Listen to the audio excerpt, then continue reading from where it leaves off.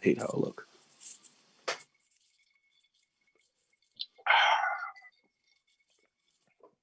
Ladies and gentlemen, boys and girls, in that Technicolor rainbow in between, it's your boy Trey Proper. It's your boy Big Herb. And Mr. Petty. Clearly, I can't say it anymore. Thank you guys for joining us. I didn't even.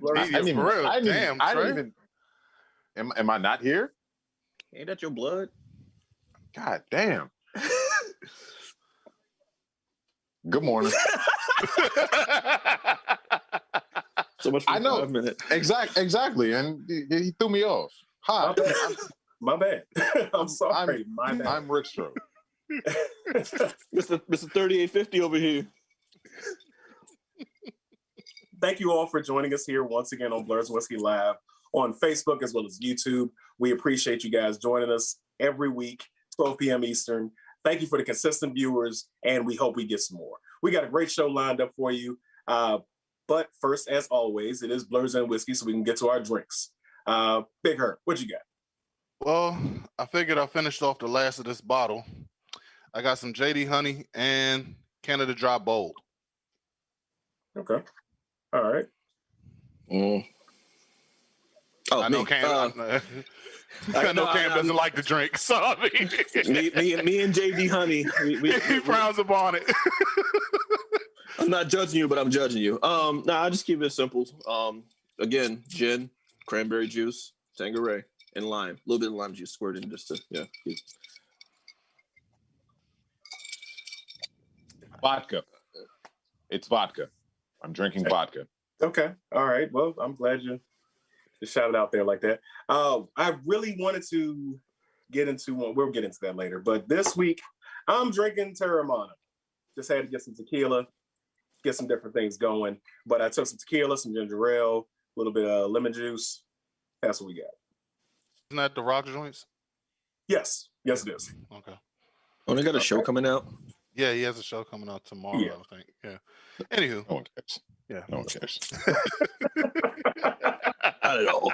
Not at all. So, all right, yeah. Big Girl, let's go ahead and get into these church announcements. All right. So first off, as always, we got to shout out to homie OTTV. Overtime Sims is on Roku. And also you can check out Blerds and Whiskey on Roku channel on his Roku channel as well. We got to give a shout out to real quick before. I'm sorry to cut you off. Go ahead. But also special shout out to the homie because he actually has another business that he's actually doing a traveling studio. I saw him release that recently. Ooh. So he's doing that. Check out Overtime Sims on Instagram and Facebook. He's got some deals for you guys. If you need somebody, he's going to travel to you with your studio so you can do a lot of stuff out there. So we would plug all of his Instagram pages, but he has 14,000 of them and we don't have enough time. We got Trey was about to allude to this, but we had to save it for church announcement. We have to give a shout out to the young lady T Capri. She is a black DMV tequila. She's the first black liquor distillery owner in the DMV, I believe you said, Trey. Yes. So she has her own tequila out, and apparently we can't get it because it's sold out everywhere. So we would have brought it on the show today, but she's sold out, so it must be doing very well. Also some trying times. Yeah. Also, we gotta give a shout out to the Bucks staff because the Bucks did win the Super Bowl last week. So yeah, just in case you didn't know who the actual staff of the Bucks are, you have Harold Goodwin, who is the assistant head coach. Todd Bowles, the defensive coordinator. Byron Leftwich, former player, is an offensive coordinator. Keith Armstrong. Hold on. Byron Leftwich, DMV legend, former H.D. Woodson Warrior, one of the greatest quarterbacks to come out of this area, is the offensive coordinator. So yes, that Byron Leftwich. Yes. Also, Keith Armstrong is a special team coordinator. Now, we also got to give a shout out to the fact that it's very diverse because there were also two female assistant coaches. I can't even pronounce the first young lady's name, Morale Jetta. I'm not even going to butcher it. She's a strength and conditioning coach. Lori Lacoste, who is also a defensive line assistant coach. One other thing, I purposely left this out because I wanted to just get y'all's reaction to it. So apparently there was a streaker who went into the Super Bowl, and apparently he put a bet down to say that there was going to be a streaker in the middle of the fourth quarter. If he would have won, which he kind of did, he would have won $375,000. But because the actual booking, sports booking people found out that it was him, they didn't pay him out. So yeah, that's true. But yeah, move on. Yeah. Thought it was funny. All right, yeah, Bow Wow wants to join the WWE. As what? Yeah. Oh, hold on a second. Not saying that it's going to be good or anything, but he should be used to this. He's used to doing the fake Bow Wow challenge shit, so he could be a fake wrestler. So I mean, it's To answer don't ever use the F word. To answer Cam's question, he's going to be the new Black Hornswoggle. Basically. Google it if you don't know what it is. Also, it wouldn't be the first time he got booed by a bunch of people in a stadium anyway. So, yeah. So, wow. Okay. So we're going to move on to the next one. We also have to go into there was a loss this week of a dear friend of the show. Cam, you want to elaborate on that? I'll go ahead and say he was a DMV legend. Anyone who's ever been to Otakon, Katsucon, AUSA, or any of the other local conventions in this area, who's ever been to the dealer's room and you see like loud music, strobe lights, little bit of smoke, your boy X was there, Xavier. Between him and the ice cold water guy, those are like the staples or cornerstones of any DMV convention going to. Like everyone knew X. He didn't sell he sold swords we'll call them letter openers. Before it was legalized, he was selling bonds, so I called them paperweights or stuff like that. He, like I say, it was a fun dude. He's energetic. Like he was definitely like a constant there. Like, and he would always remember you. Like this dude sees like thousands upon thousands of people, and if you cool with him, he remembers you, and he comes by and you're just like, oh, actually, my man. Like it's gonna be sorely missed. The next generation of congoers are definitely not gonna experience X in the dealer room and everything that he bestowed upon us. Good to you, X. So, moving on, Last of Us just put out their casting this week. What you guys think about that one? The Mandalorian is going to be everywhere. What's his name? Andy, and is it? It's Pedro Pascal. My bad. I'm He's only been on what's his name? Game of Thrones. Everything. Mandalorian. The movie we all hate. I'm sorry, guys. I think he's trying to get like a Thanos Infinity Gauntlet stone full of father figures so he can play. And I could comfort all the world's children with a snap of my fingers like this. Oh God. But yeah, it's I'm looking forward to it. I love the Last of Us games. I've only played the first one and I've seen a little bit of a walkthrough of the second one. But it's definitely, if you haven't played the first one, I advise you to go play it. It's going to be, the first 5 minutes are going to make you cry, unless you're not human. It's going to make you boo-hoo. And then you got to spend the rest of this fucking horror game being terrified. 5 minutes. So, okay. Yeah, I know how to. No. I'm making note of it. Go ahead. I hope they expand upon the story of the first one. I hope they do what they can as a show and kind of show you how Joel and Ellie lead up into this and what kind of makes them the people that they are. I hope it takes nothing from the second game. The second game is one of the worst gaming experiences I've ever had. And actually, Naughty Dog said that was their intention. So I hope they don't even touch the second game. I hope the series runs for like 4 or 5 seasons. So you get to the end of the first game and they don't even do the second game. The second game, yeah. That bad. Hope it just don't end up like The Walking Dead. It does apparently what it needs to do. It is a miserable gaming experience. It makes you feel horrible about yourself. Damn. It really does. Well, speaking of going into the next, wow, that's just mind blowing. Okay, Gina Carano got fired from the Mandalorian this past week. What Has I it- mean, has- it should have has happened it- a long time ago. Quick question: has it been 5 minutes yet? Oh yeah, we way past. Yeah, We good. All right. So Gina Carano's definition of the corporate version of "fuck around, find out." Now, I want to take a quick second to talk about everyone's big complaint, or their big complaint is free speech is being trampled on as this whole thing, blah blah blah blah blah blah blah blah. Here's the thing that no one ever took, any type of social studies or government class or anything like that to understand, or probably even read the Constitution to understand that freedom of speech is the government not infringing on what you can or cannot say, not independent companies or social media acts or stuff like that. So when people like Gina Carano say things like reckless, and yeah, it's a personal opinion. Cool, you can have a personal opinion, but when you are a public figurehead or a public representation of a company, you can't say certain things. And she did, and she doubled down on it, and then she got fired.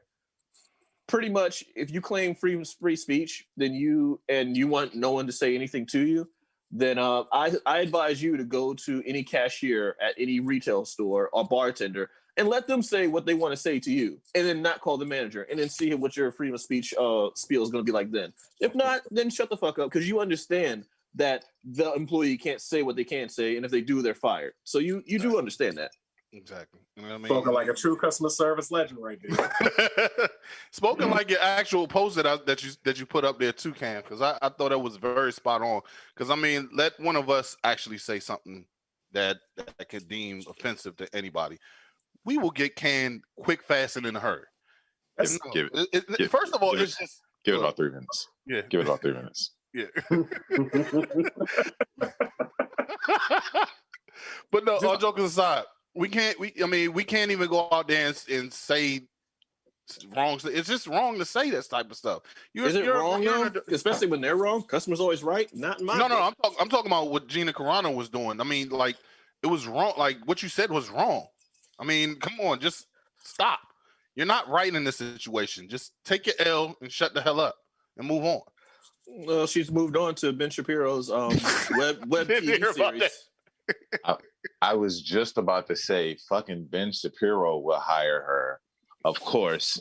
Gina Carano is one of those stupid people who's running around talking about being an anti-masker and the coronavirus is fake.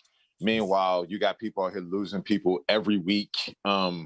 And also she's one of the people who why people like me have to realize, I have to come to terms with the fact that so I feel sorry for my people that work in education, that work in DC, because they've already pushed you guys back into the classroom. My heart goes out to you. I'm sorry. And then for a person like me who works in a different county, I have to come to terms with the fact that I have to go back into school on the 15th. Also knowing that I have yet to be vaccinated and the majority of my coworkers have yet to be vaccinated. Also knowing that I work in an area with very, very, I'm going to say, less fortunate people who don't have the option of being able to work from home or not send their kids somewhere so that they can go to work. So now you're going to have a stew of people playing Russian roulette with the COVID virus, which is what we've been doing in America the whole time with this whole virus, right? So we got to come to terms with that. It is mentally unnerving that somebody like her could say, oh, that they can do all this denial, they can say all of these dumb things. I'm not going to repeat what she said. If you want to know what she said, please go and Google it. She's a moron. But these reckless people can do these things. But then I have to, me and people who work in customer service and things like that, you have to suffer. There are consequences that we have to deal with that these people don't have to even acknowledge, right? I have a player a former player of mine. He texted me the other day telling me about how sad he is because he didn't get to play this season, but he had to come home because he's taking online classes because he had to get two jobs to help his family out during these times. His family is struggling that bad that he had to take online classes for the school that he's at, as well as get two jobs to try and support.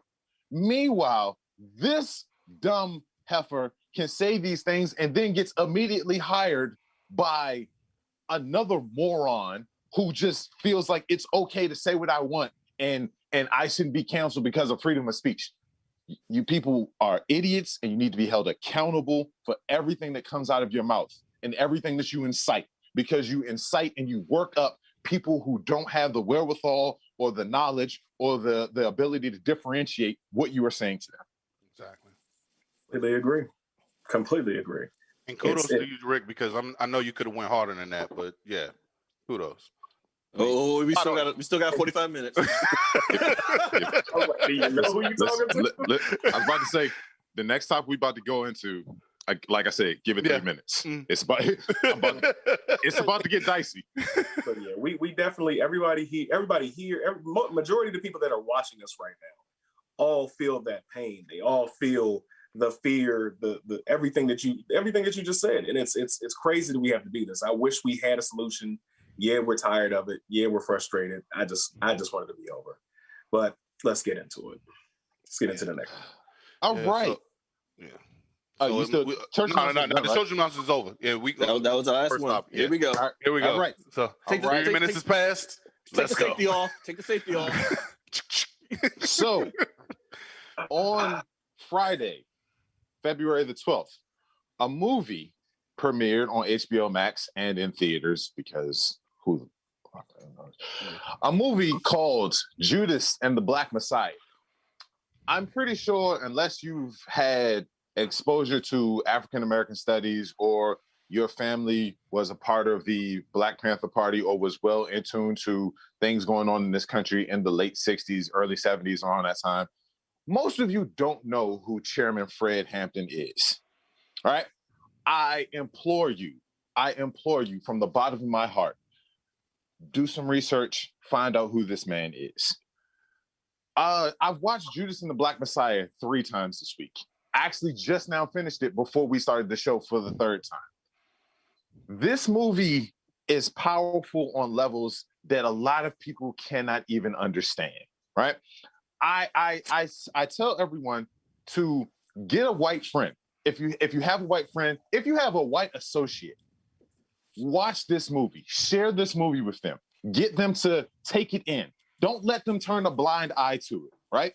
I also implore you, get your children, get your friends who you know who don't really want to pay attention to this, or I don't want to acknowledge it because it's just too much for me. No.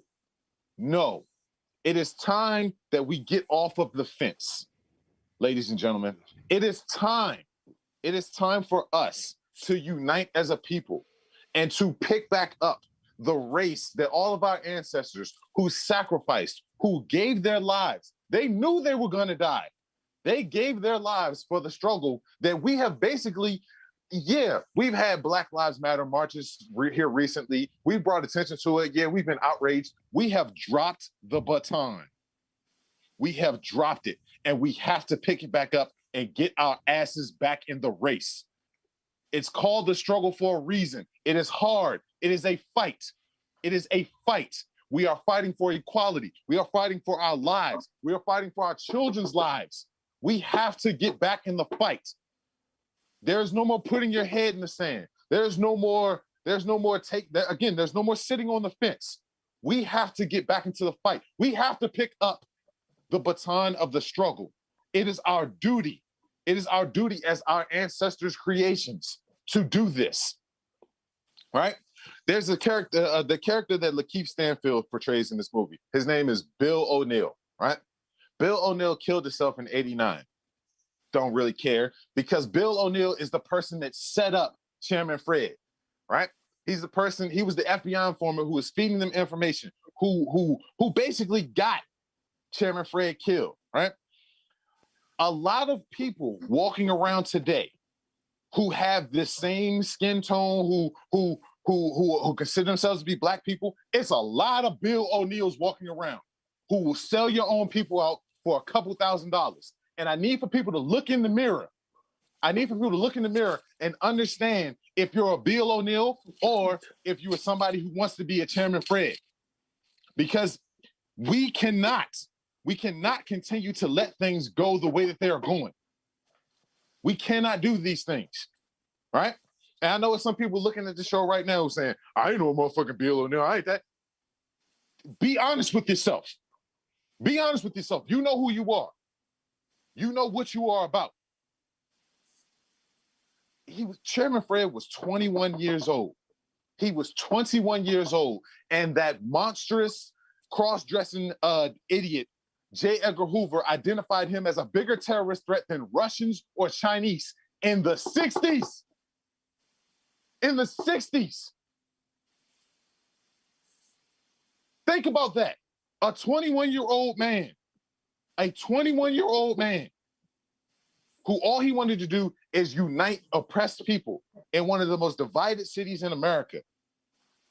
And he was identified as a terroristic threat. Right? That's what's going on right now. We have to put aside all the bullshit. We have to put aside all the bullshit. We let so much separate us. We let so much keep us apart. We let so much interfere with us uniting. We have to put it to the side and come together as one people to push forward, to progress forward. We have to.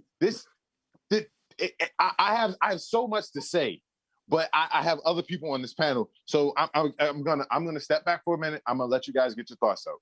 It's totally fine. Your passion is needed for something like this.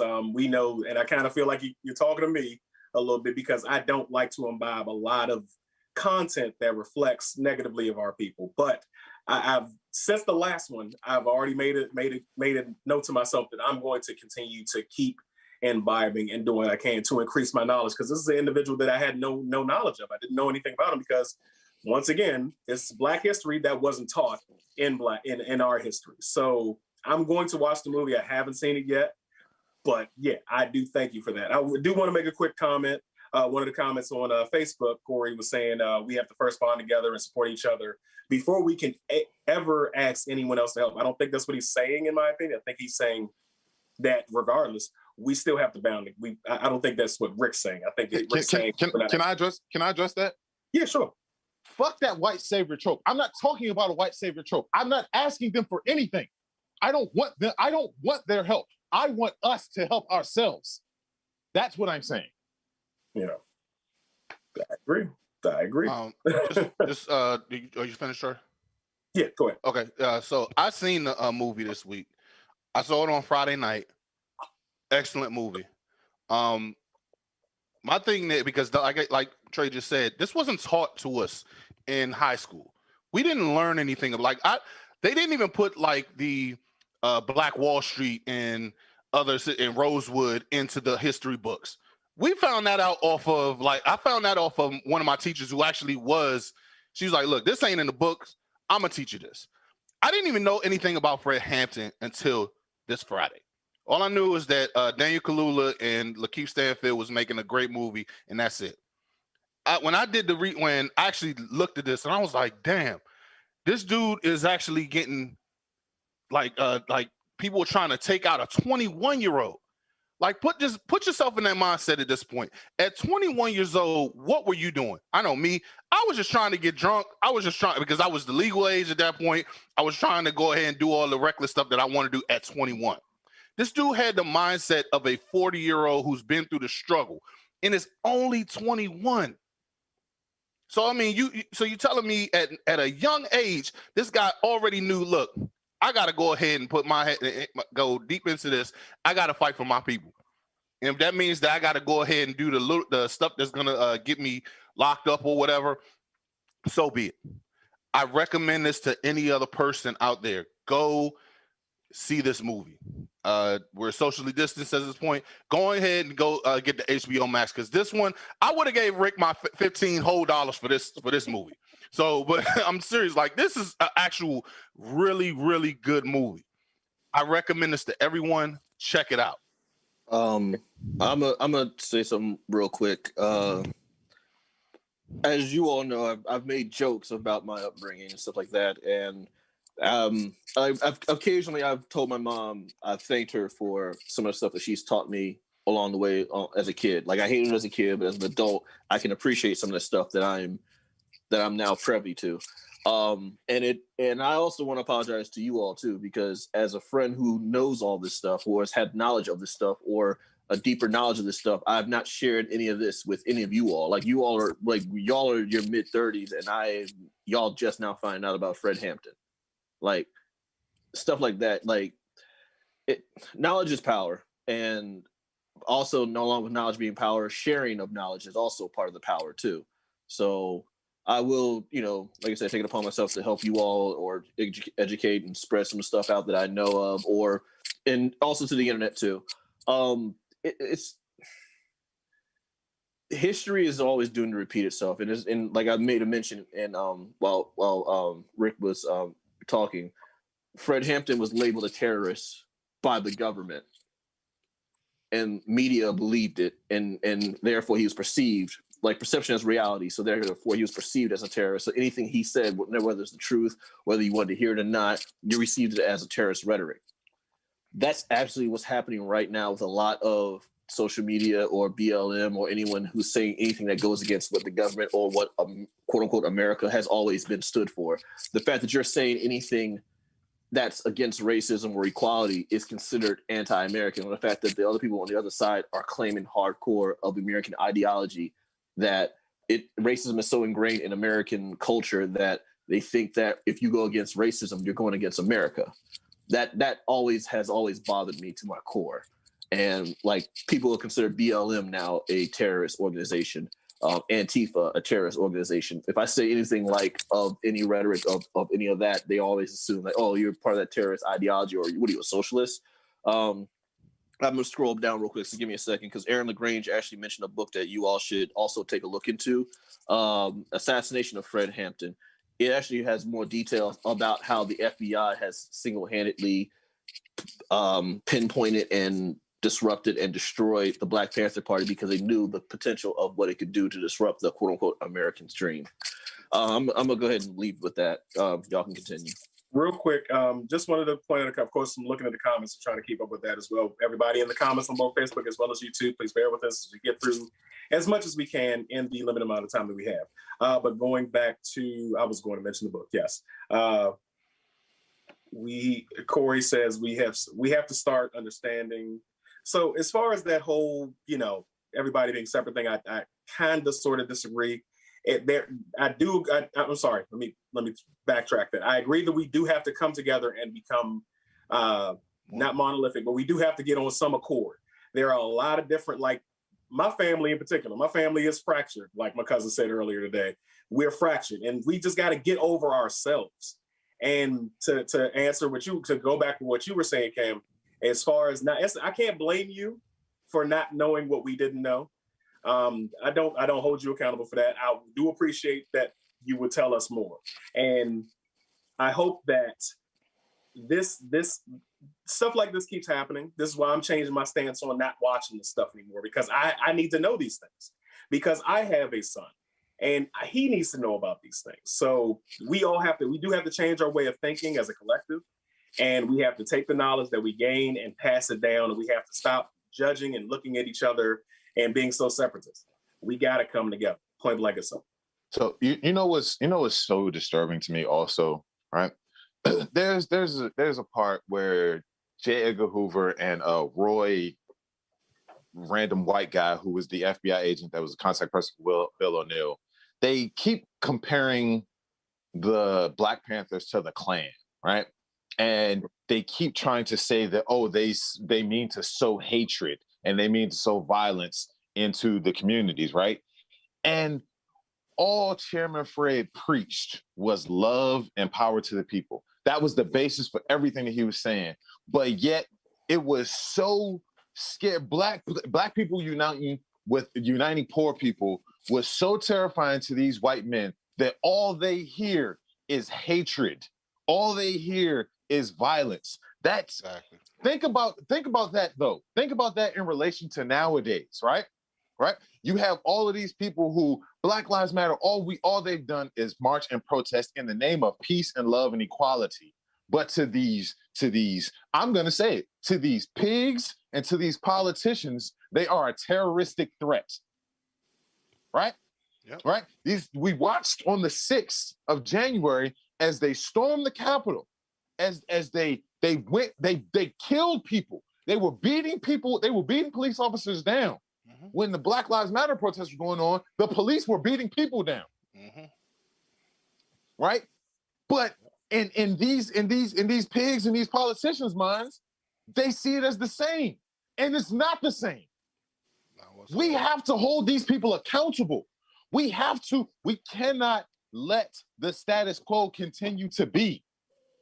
We cannot. We have to inform ourselves. We have to educate ourselves. We have to take accountability here first and then expand outward. Right? We cannot just continue to let things be as they are. We cannot. We have to listen to these people. We have to call them on their shit. A lot of people were running around talking about when Joe Biden and Kamala Harris got in office, everything is going to change, right? I need for everybody to pay attention to the fact that this man is backpedaling on most of the shit that he has talked about. He's already started it, and nobody has said anything. Everybody's just like, oh, we just have to give him time to undo it. No, we don't. No, we don't. Trump undid a lot of shit in his first couple weeks in office, right?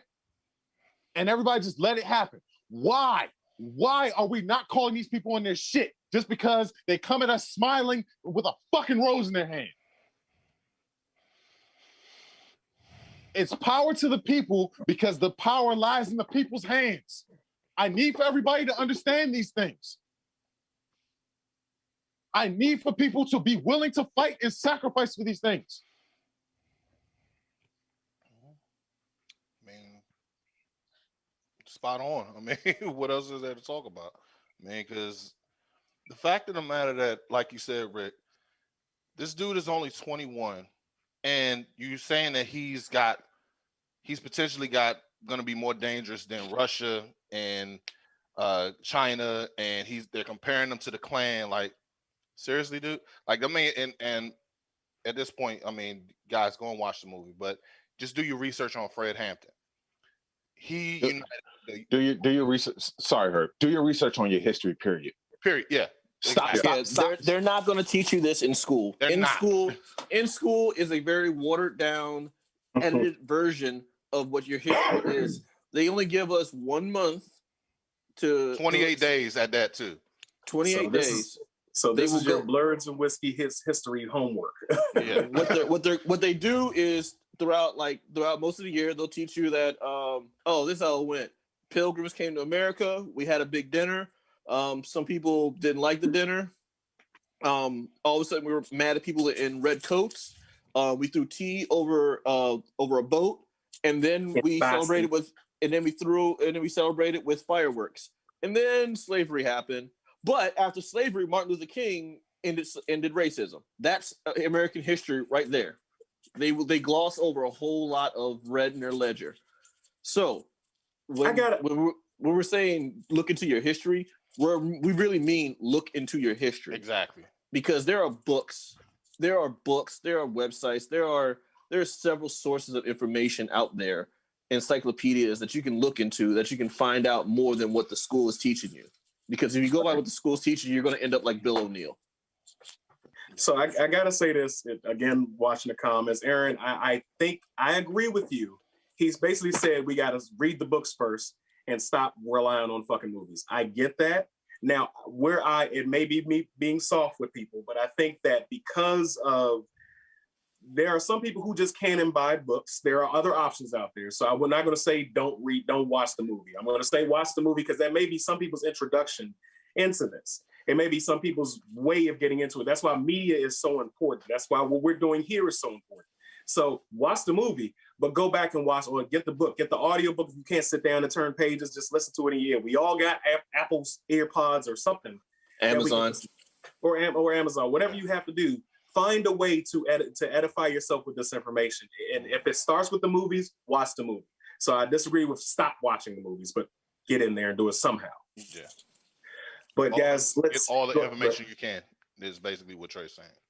So, yeah, I mean, we just got to find a way to get stronger out there. We just got to find a way to increase our strength and make ourselves better. You know, But let's go ahead and move on. Just like Phoenix Fit? Yeah. Yeah. Phoenix Fit's a good one. I was No, I get it. I was trying to softball it up there, but you know, I mean, hey, if you want to increase your So real quick. So in order to strengthen your fight in the struggle, you're going to need to get to the gym and work out and strengthen your mind as well as your body. You can strengthen your body by going to the blerdsandwhiskey.com webpage and clicking on our partners link and going to phoenixfit.com. Phoenixfit.com has all of your needs. If you're trying to make a healthier lifestyle change, they have your whey proteins, your amino acids, your weight burners, your fat burners, your all of that stuff. You can get it. You can use our promo code FNXBlerds13 to get 15% off your purchases. Do that. Invest in your bodily health as well as your mental health. That's phoenixfit.com. Use the promo code FNXBlerds13. Yes, I know that was a very monotone ad read. I don't give a fuck. Yeah, noted. Okay, so we're going to switch gears here. Speaking of Black Power, let's go ahead and get into our character of the week.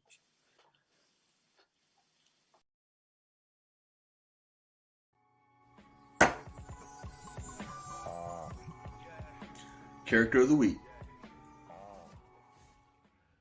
So, Black History Month and Blerds and Whiskey, and today's character of the week is Adam Brashear, also known as the Blue Marvel.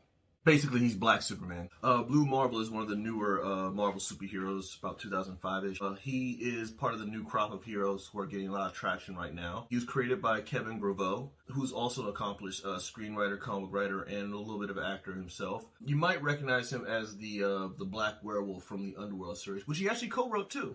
Adam Brashear, the Blue Marvel's origin, has been retconned into Marvel lore, so he's part of the 60s and the early boom of those superheroes, but he kind of had the back of the bus treatment to how he was portrayed. He is a Marine veteran of the Korean War. He was part of a project with a guy named Connor Sims, who later became the Anti-Man, basically a way to try to harness the power of the antimatter from the negative zone. Basically, they try to create a nuclear reactor which could harness both the matter and antimatter particles or energy. And when the experiment, exploded, basically, the Anti-Man became pretty much a being of pure energy, while the Blue Marvel, his ability was able to keep it more stable. So he's able to stabilize the antimatter. So basically, he became a nuclear reactor of the horizon itself in the form of a man known as Blue Marvel. So here's where it becomes interesting though. Blue Marvel, being a full-blown superhero, powers and everything else, the ability to save the world while working for the government. Keep in mind, this is the 60s, and like I said, he had the back of the bus treatment. He basically had a helmet that covered his entire face. And then there was a big battle where his helmet was damaged and part of his face was revealed. And then, of course, the public saw that it was a black man. The sheriff is a nigger! They weren't too happy.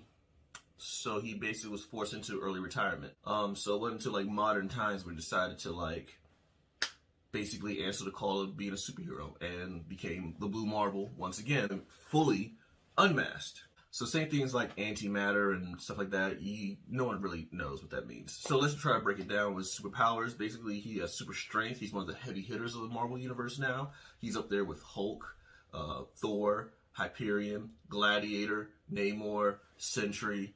He's up there with these heavy hitters.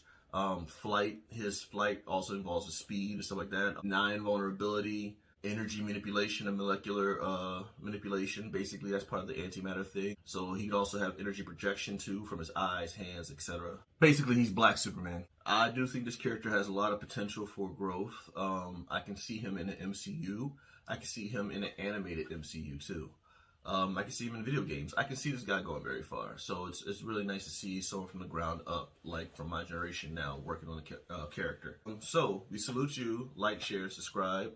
But I'm also going to throw this one out there in the comment section so y'all can go ahead and have a little fun with this. But let's try to do a Icon versus Blue Marvel meetup and see how that kind of goes into your head and see what that's like. Anyway, back to you guys.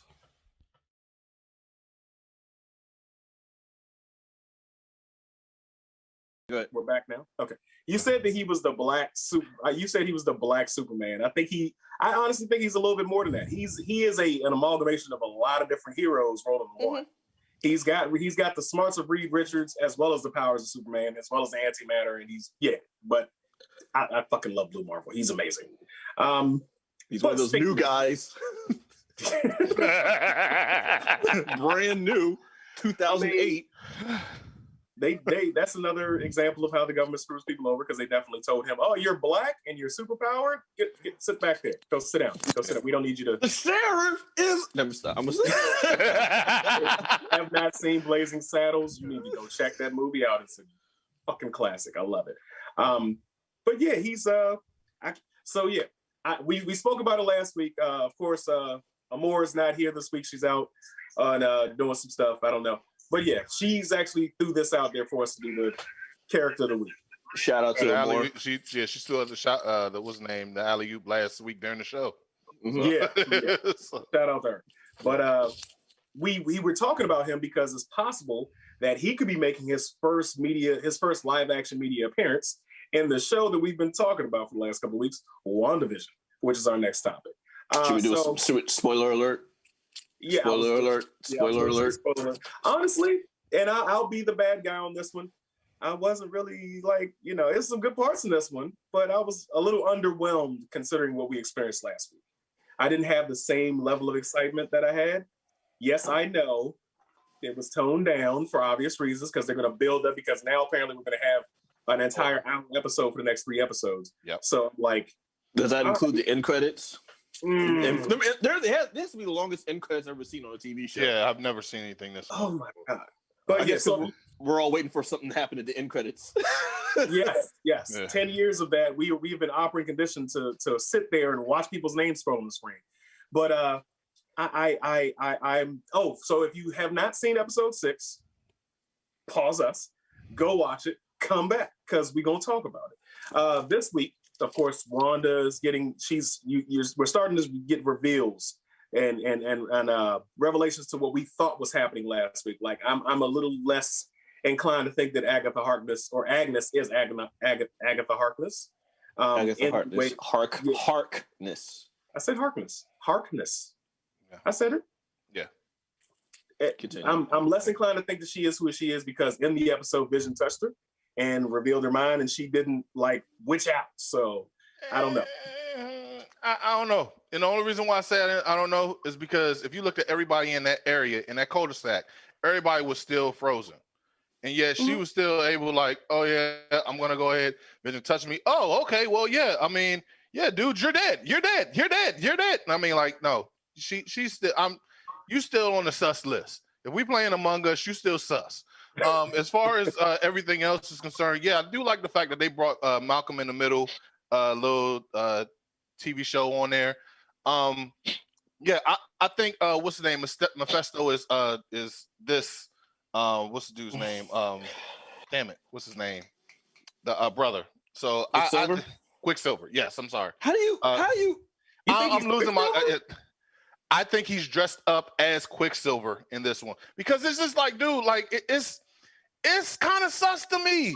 The whole thing is sus, because it's a sham. The entire premise of the show. He's dressed. No one is who they are. And even that too. Everybody was wearing the exact comic book costumes that they were wearing in the show. Now you know how stupid some of that stuff looks in real life. Exactly. So I hope everybody who is calling for comic accurate suits, I hope you took that kick in the nuts right to the nuts this week, so that you can see how stupid that you sound. Could you imagine Wolverine with this with the yellow? No. Yellow and no. All right. With the yellow and brown combination. No. The brown combination was better than the yellow and blue one. That's the yellow and blue one. That I've always seen. All right. So I'm about to be a little bit of a geek, because I went to art school. So color theory works well on paper, but not in real life sometimes, or in high fashion sometimes, but not in real life. Which is why you see stuff in high fashion where they get away with certain color combinations that would not work in the real world unless you're going to a show, pattern. You know what I'm saying? So average day, everyday things that you see are not meant to be that super extravagant. So when I see costumes that are on, in comics, and the first thing that the fashion designer has to do is like, how can I incorporate what this is into real life? And then if you notice the translation doesn't work well when they take the movie costumes and put it into comic books because it looks boring. So that's my take on why costumes don't always match. So can I say something that I don't think any people, nobody's really said yet. I haven't heard anybody think about this. Does anybody else think Hayward is the Grim Reaper? I wouldn't be surprised. And he's an I haven't heard villain. I haven't heard anybody say that, but I wouldn't be surprised. Are we talking about the legit Grim Reaper, like the personification of death, or the Grim Reaper in the comic book where he's like the scythe of the hand and the Marvel Grim Reaper, the Marvel character Grim Reaper? I feel like his behavior says underling villain to me, and the Grim Reaper has been an underling villain, and I feel like he is Hydra. I feel like him and Agnes are working together, and and so here's the thing, right? I know everybody keeps trying to say it's Mephisto and Mephisto, but here's the thing. Or Nightmare. Hold on.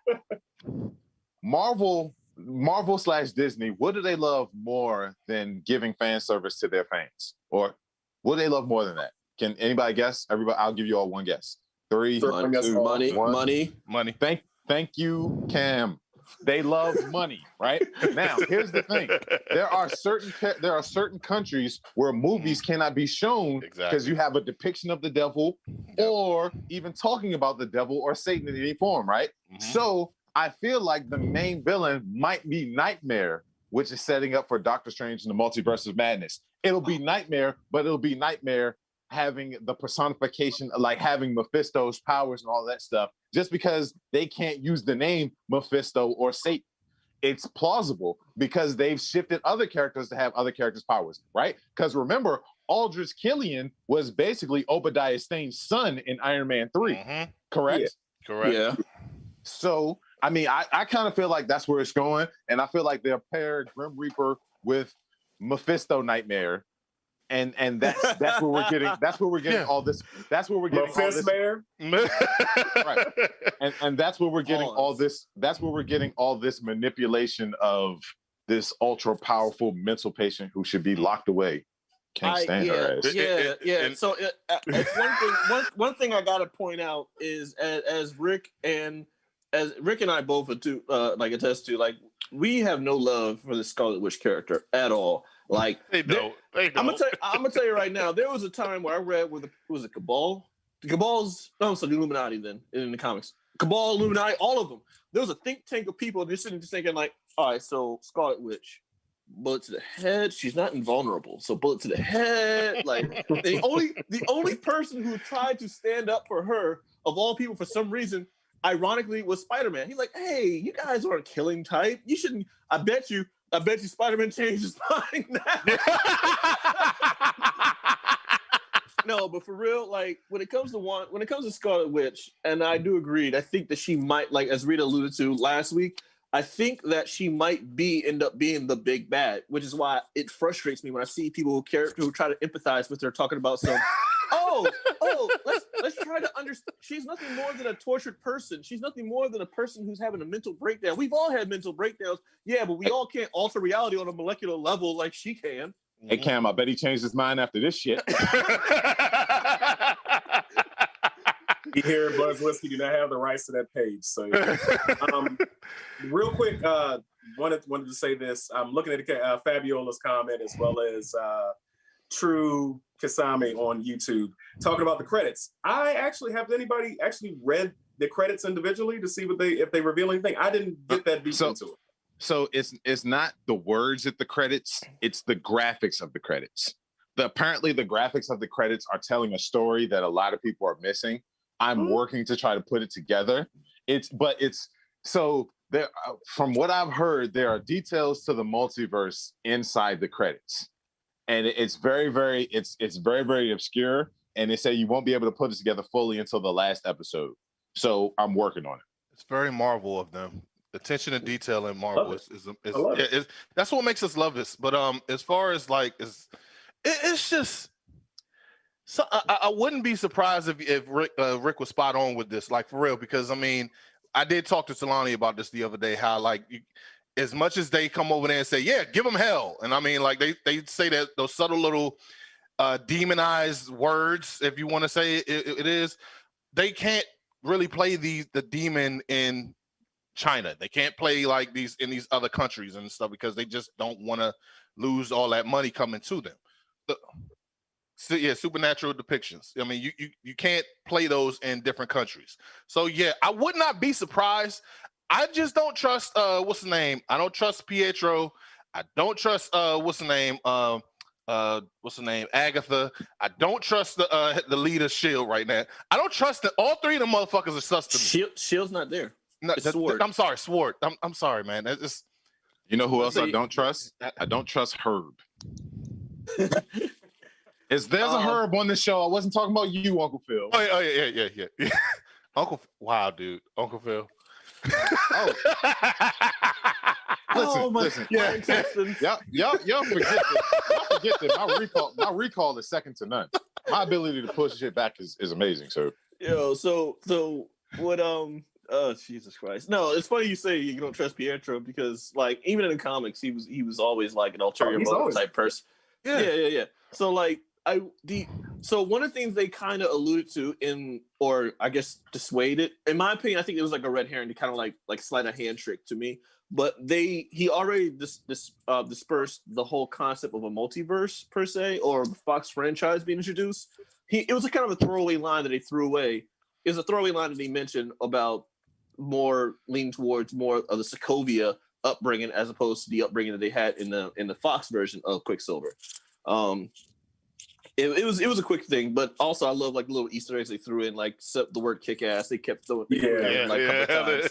That was fun. And there is a picture where you actually have both Pietros like side by side in the movie Kick Ass. So I thought that was pretty funny too. I did like that picture. So funny story behind the scenes story. Evan Peters was replaced in Kick Ass 2 because he was filming X-Men Days of Future Past, so he couldn't be in the second Kick Ass. Most people don't know that. It's kind of like one of those obscure comic things, like that one movie where the Joker and Robin were in the same movie. But you want to know? You don't want to know what's funny? Kevin Feige can do this. Do you guys know Kick-Ass is a Marvel character, right? Yeah, he is. It is. You can bring in Aaron Taylor Johnson as Kick-Ass as an Avenger. Not as an Avenger. No, maybe. No, he's essentially Daredevil with sight. He really is. No. Maybe as a new warrior. No, he can't be an Avenger. Trey's about the nerd rage.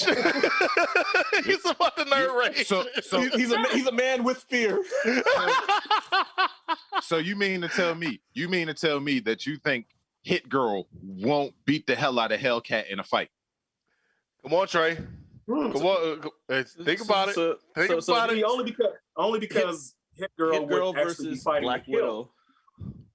He said Hit Girl versus Black Widow. I think Black Widow would kill her. I think Black Widow would end her. I was about to say Natasha ain't playing that game. Natasha put two in her skull. Exactly. Like no, but just no. He could be a new Avenger, or he could be a new Warrior, something like that. But I don't see him being an Avenger, a full-fledged Avenger. Hey, Rick, double tap. It took them 60 years to make Daredevil finally a fucking Avenger. There's no way. There's no way they're gonna have another guy with fucking quick question. Trey, I'm not trying to interrupt you. So your whole reason of argument that Kick-Ass could not be an Avenger is because of his weaponry? No. Because there's a guy on that team who's still fighting like it's the 16th century. Like, okay, I'll put it to you like this. There's alien invasion, and I'll put it to you like this. I'll put it to you like this. If they make him an Avenger before they make fucking Night Thrasher Avenger, I'm done with fucking Marvel. How about that? Listen. I was never a fan of at least Kick-Ass has powers. He's got dead nerve endings. Hawkeye can just see real good. And also, a few moments later, he would be amazing, Blue Marvel. Now, can they afford him? Is the question. I mean, most of the budget went to Samuel L. Jackson, so I don't know. Well, now that Robert Downey Jr. is gone out of contract, and now that Chris Evans is out of contract, they might have some money now to afford Denzel. Yeah, that's true. I would love to see Denzel play Blue Marvel. That would be amazing. Just so you have one of those monologues where he's like, "Are you a sheep or are you a wolf?" You know, it's just the weird lip thing that he always does, and the weird finger point thing. Like it's like you weren't there when I was talking about. The only other person I would have liked to see they made me wear a mask.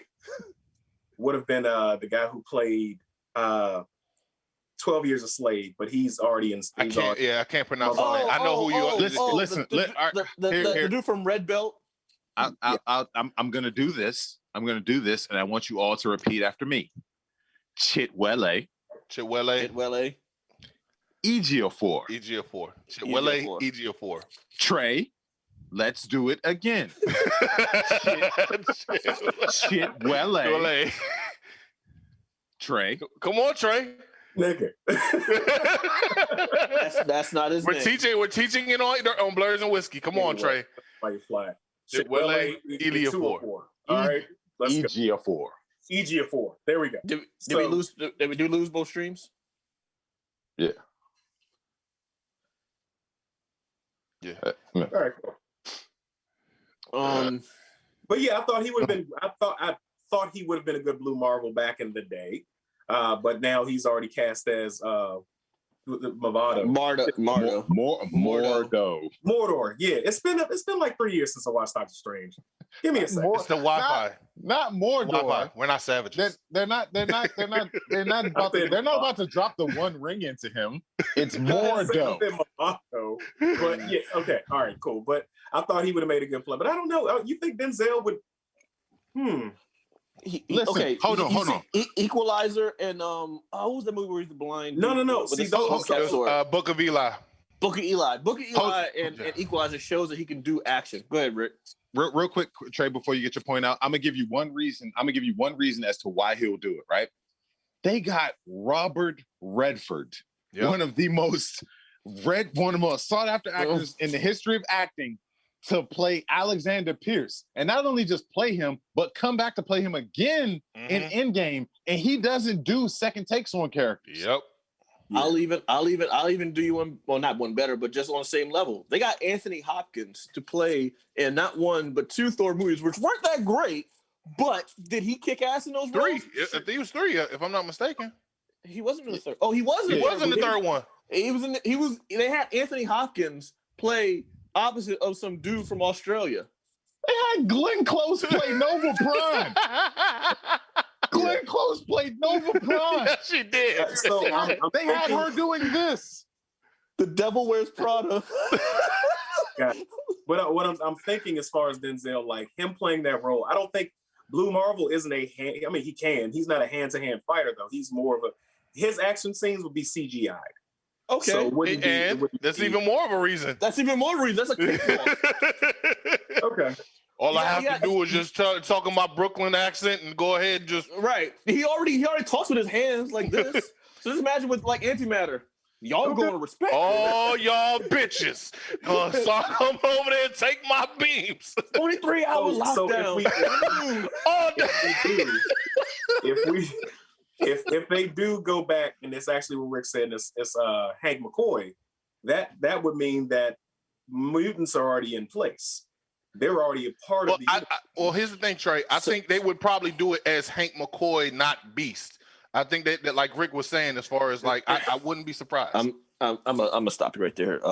Hank McCoy is a mutant. I know he is a mutant, but I'm saying in order to be a mutant, you have to be born into this level of thing. So what we were all hoping for when we saw the Fox version of Quicksilver is that they're going to incorporate that reality of the Fox version of mutants into the already established universe and be like, oh, well, they've always been here.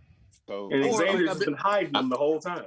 Or I've been alluding into a lot of the characters of the week when I did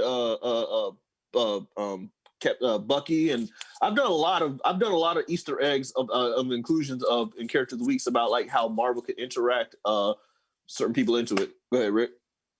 So I'm going to give you guys a glimpse into something, right? The WandaVision is like there's a lot of shit out front, but it's very, very obscure. It's very, very obscure, right? They're throwing out little breadcrumbs and things, right? mutants are going to be all Wanda's fault, right? But here's the thing, and they're telling you this, but if you look at their interactions with Monica Rambeau, there are people with certain genetic codes that are already predisposed. There have been several massive radiation events. There's about to be another one that's about to essentially set everything over the top. That's where mutants are going to come from, where people who have this already predisposed genetic code, they're going to get somehow transformed, because this, if you've seen House of M, you know this is going to end with some massive worldwide fucking breakdown from that woman. And everybody's going to get encapsulated from it. And you saw it at the end of episode 6. She expanded. Vision's in trouble. I got to incorporate more people, right? So I mean, it's just that's just the way it's going to happen. And if Hank McCoy shows up to give Maria Rambeau the Tango and Cash truck, well then he's going to get exposed to it when she has this breakdown at the end of episode 9 when Vision dies again.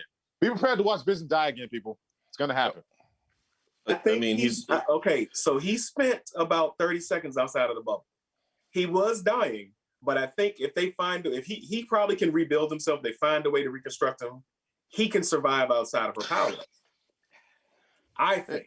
No, because the basis of his powers is off the Infinity Stone, the Mind Stone. If he doesn't have that Mind Stone, that's already been snapped out. Well, were they destroyed? Yeah, but that's the thing. I was thinking about this earlier this week. So we never really seen how Cap put the stone back.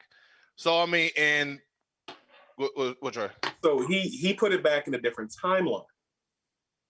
Mm-hmm. So the stones from the main timeline technically were destroyed. So last week I was saying she has the ability to destroy them. She probably has the ability to recreate them. And if she recreates one, they all get recreated. But so they still be existing. And then also, you got to look at the ambitiousness of human beings in the MCU. Human beings in the MCU always want to try and recreate something that they've been attacked by. Yeah. Who's to say Hayward also isn't trying to recreate his own types of stones using power from siphoned off, I don't know, synthezoids that he found somewhere and trying to crystallize them maybe. So maybe he could have pulled some power from something and formed his own type of crystal, and that's what they'll use to power Vision. Because as you know, in the comic books, Vision wasn't powered by the Mind Stone. He was powered by some other random stone that some cosmic creature shit out somewhere. So, I mean, it's a lot of different directions that it can go in. So at the end of the day, she's still banging a microwave. Right. The end of the day, she has the world's biggest vibrator, bro. Vision, aka Bob. Oh, and on that note, oh man, close us out, Herb. Yeah. So with that being at the end of the show, be sure to like, share, subscribe on all social media platforms. Yeah, as always, up to it, down to it. Fuck those who don't do it. We do it because we used to it. Drink, motherfucker, drink. Mind alcohol, I got his ice. And we out this bitch. I can't believe it.